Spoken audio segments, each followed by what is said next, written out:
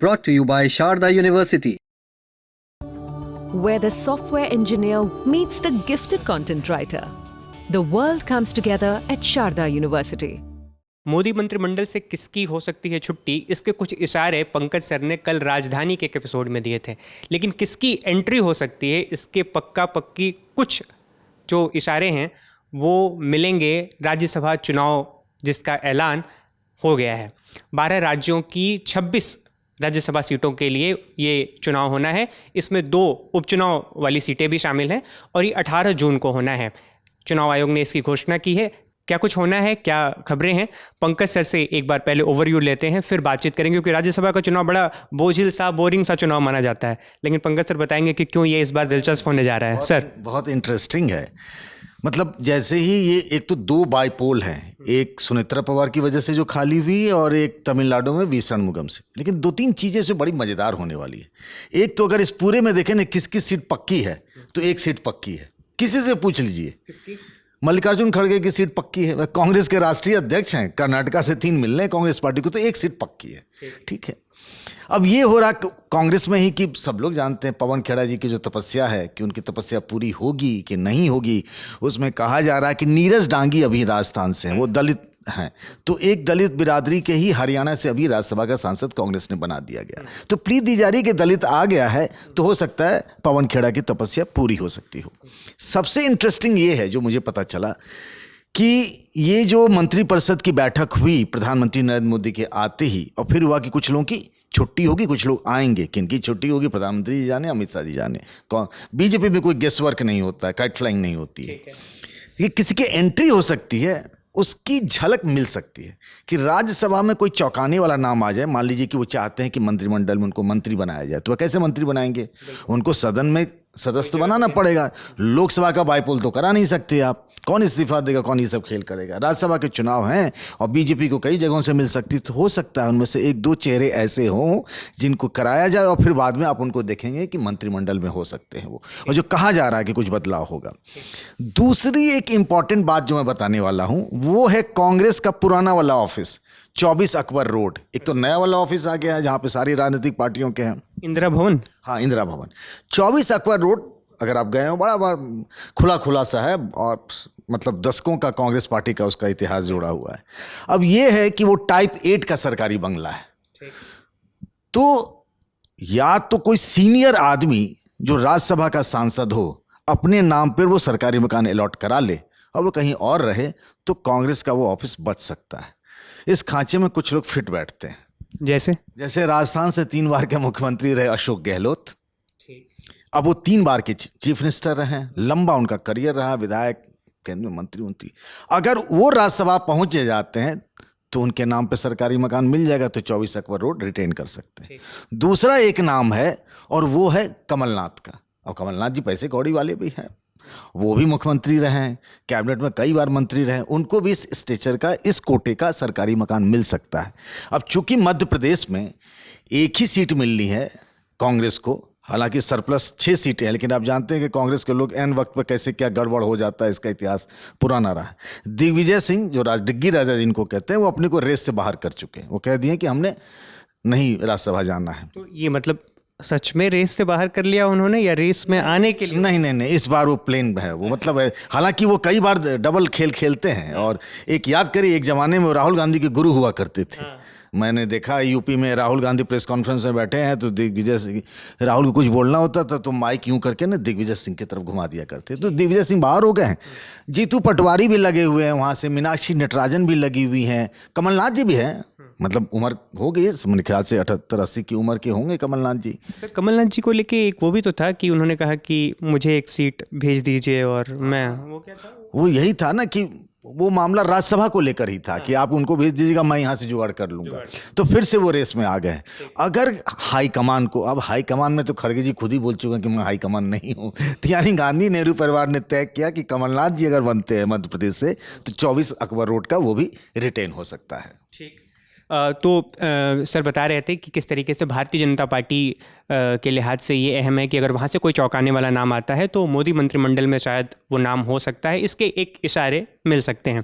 और कांग्रेस के लिहाज से सर ने बताया कि 24 अकबर रोड वाला मसला भी इसमें अटका हुआ है। और ओवरऑल अगर आप देखेंगे तो आंध्र प्रदेश की 4 सीटें हैं, गुजरात की 4 ही हैं, झारखंड की 2 सीटें हैं।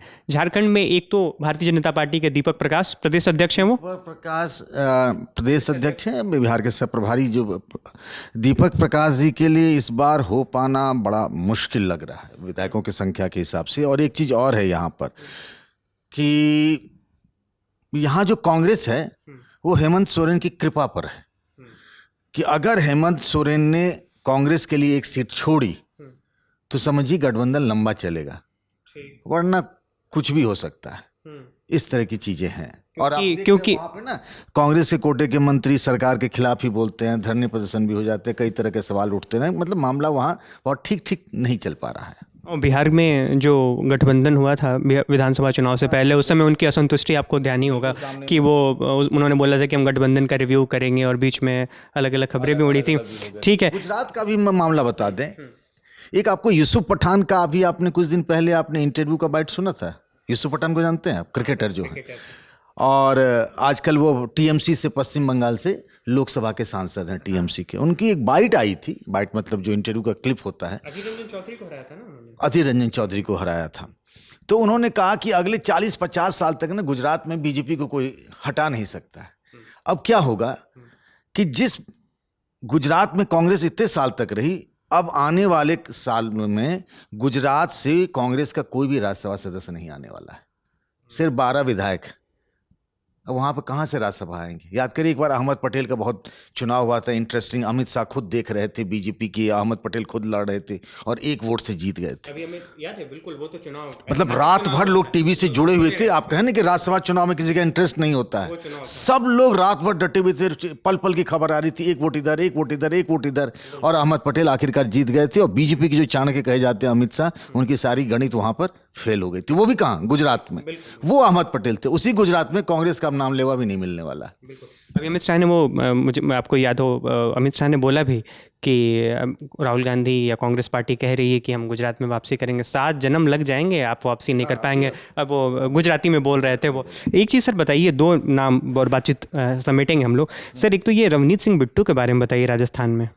रवनीत सिंह बिट्टू जी की पंजाब में अगले साल की शुरुआत में मार्च में चुनाव है, और बीजेपी को लगता है कि अगर हम बंगाल जीत सकते हैं तो पूरी ताकत लगा दे तो पंजाब भी क्यों नहीं जीत सकते हैं, जिसके लिए कहा जाता है वहाँ सूखा है। तो रवनीत सिंह बिट्टू अब सिख के हैं, वो अब मतलब लोकसभा चुनाव हार गए, फिर भी उनको राजस्थान से भेजा गया। अभी केंद्र में वो MOS हैं, मतलब राज्य मंत्री हैं। तो ये माना जा रहा है, और जिस तरीके से राहुल गांधी ने लोकसभा मकर द्वार के बाहर उनको गद्दार कहा था, तो रवनीत सिंह बिट्टू का चांस बन सकता है। लेकिन एक और देखिए, केरल से एक हैं और मंत्री हैं मोदी सरकार में, उनका नाम है जॉर्ज कुरियन। अल्पसंख्यक मामलों के वो राज्य मंत्री हैं। अब केरल में चुनाव हो गया, बीजेपी का जो होना था सो हो गया, तो लोग ये मान के चल रहे कि जॉर्ज कुरियन साहब की अब जरूरत नहीं है। मतलब ये एक थ्योरी चल रहा, तर्क चल रहा है जी। तो ये कुल मिलाकर हिसाब किताब है इस राज्यसभा चुनाव का। कोई और पॉइंट सर आपको समझ में आता हो कुछ खास? बस एक ही पॉइंट ये है कि अब जैसे अभी वो डिलिमिटेशन वाला आया ना, तो 2/3 बहुमत चाहिए ऐसे संशोधन के लिए, बदलाव के लिए। वो इस लिहाज से भी बताइए, मुझे भी ध्यान है कि जो आम आदमी पार्टी के आए हैं, कुछ लोग आ गए हैं वो लोग। और अब इस खेल के बाद क्या होगा कि बीजेपी मतलब एनडीए 2/3 बहुमत की तरफ राज्यसभा में पहुंच जाएगी। अभी जो फिगर देख रहा हूं, बीजेपी के हैं 113, एनडीए के 148 हैं, टोटल 245 का स्ट्रेंथ है। मतलब 15 सीटें कम है एनडीए 2/3 बहुमत से। तो इस चुनाव के बाद और फिर नवंबर में यूपी में कई सीटों पर, मेरे ख्याल से 10 सीटों पर चुनाव होने हैं, तो 9 तो मिल ही जाएंगी बीजेपी के, 8-9।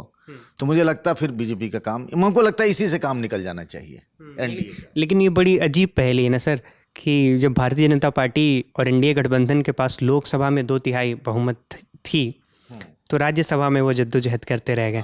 अब जब राज्यसभा में होने को है तो लोकसभा में मामला कुछ और हो गया था, और राज्यसभा में 2/3 बहुमत की ओर है। ठीक है, तो ये बातचीत थी राज्यसभा चुनाव को लेकर। राज्यसभा चुनाव की तारीखों का ऐलान हुआ है, और तारीखें हमने आपको बताई नहीं, शॉर्ट में बता दें आपको हल्के से कि आज अनाउंसमेंट हुआ है, 18 तारीख को वोटिंग होनी है, और उसी दिन रिजल्ट आ जाते हैं। अगर मतलब कुछ जगहों पर अगर इलेक्शन की नौबत ना आई तो पहले ही क्लियर हो जाता है। अगर मान लीजिए कहीं पे 2 सीटें खाली हैं और 3 लोग खड़े हो गए तो फिर ज़रूरत पड़ेगी चुनाव की।